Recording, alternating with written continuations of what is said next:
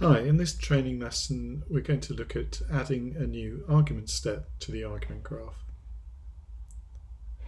So I'm going to look for the example, which is the argument graph for is it reasonable to believe in life after death?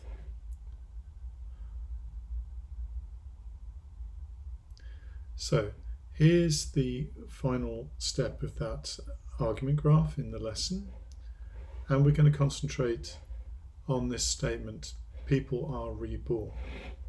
So in order to make changes, you need to click on the E, the edit stage.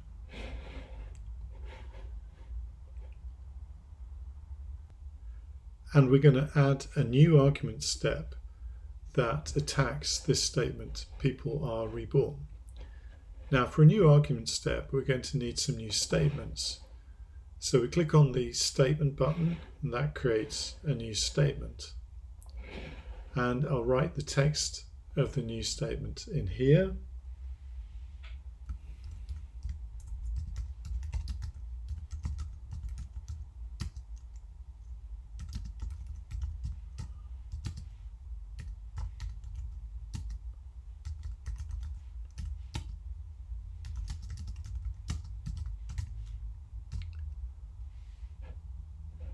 And I can close this box by clicking on the white space. Right, now we have this new statement. This is a statement about Buddhism, that rebirth transfers a person's life spirit to a new body.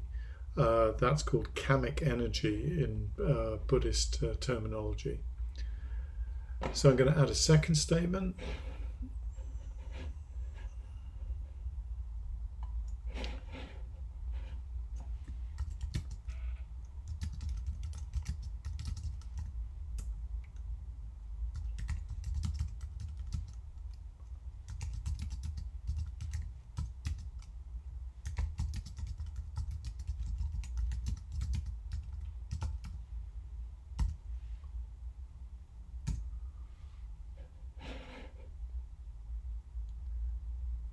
So, if a person is nothing more than a body, then people cannot be reborn. If they're nothing more than a body, then there's no such thing as a life spirit. And that means this Buddhist mechanism for rebirth is not possible. So the first thing I'll do is relate these two with an argument step. So this is quite simple. What I do is click on the link box, draw the arrow down, and then click on this statement. And I get to choose which argument type it is. So you've seen some of these argument types before, and I'm going to stay within the ones that are familiar. So this one could be a therefore argument type. So I click this, and the therefore box appears. I need the argument step in words here, but it's already been filled in for me. And I need to put a critical question in, which could be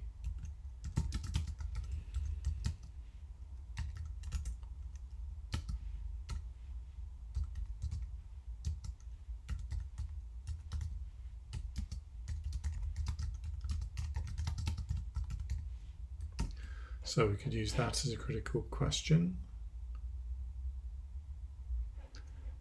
Now the next step is I need another argument step for this to attack this statement, people are reborn. So I click on the link box, draw the arrow here, click on that statement, and I'm going to use an if-then argument type because it is an if-then statement. So I click here. I'll come back to filling that in, click on the white space, and put it in the right place. Now it's red because an if-then argument step always needs two premises. So I'm going to need one more statement, click on that, and put the statement text in here. I'll say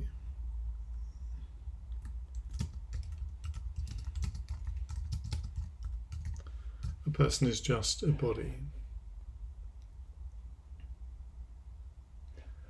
I then need to connect this as a premise. So click on the link box, click on the argument type, and link as premise. So it stops being read. Click on this. We can now reset this text, so it's now the right text, and add a critical question.